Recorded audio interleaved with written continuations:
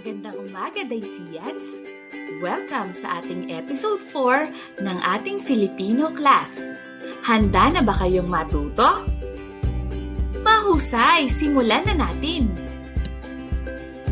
Ang pag-aaralan natin ngayon ay ang titik G. Ang tunog nito ay G, G, G. Maaari bang ito ay iyong ulitin? Tama!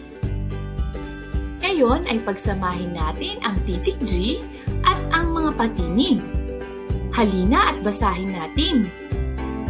Ga, ge, gi, go, gu. Narito ang mga bagay na nagsisimula sa titik G. G, g, gunting. Maaari bang ito ay iyong ulitin? Tama!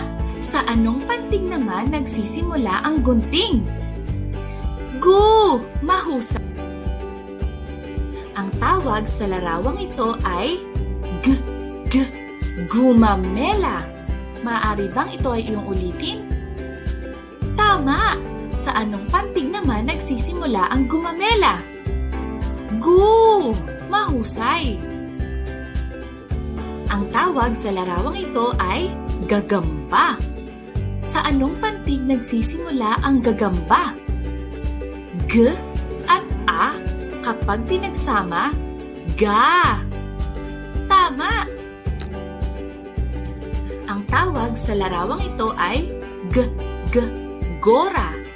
Sa anong pantig nagsisimula ang salitang gora? G at O pag pinagsama, go. Mahusay! Ano ang tawag sa larawang ito? G, G, gitara. Tama! Sa anong panting naman nagsisimula ang gitara? G at I kapag ito ay pinagsama, G. Ang tawag sa larawang ito ay G, G, goma. Ang goma ay nagsisimula sa panting na G at O na kapag pinagsama ay go. Sabihin nyo nga, go. Tama. Tandaan mga bata, ito ay titik G at ang tunog nito ay G, G, G.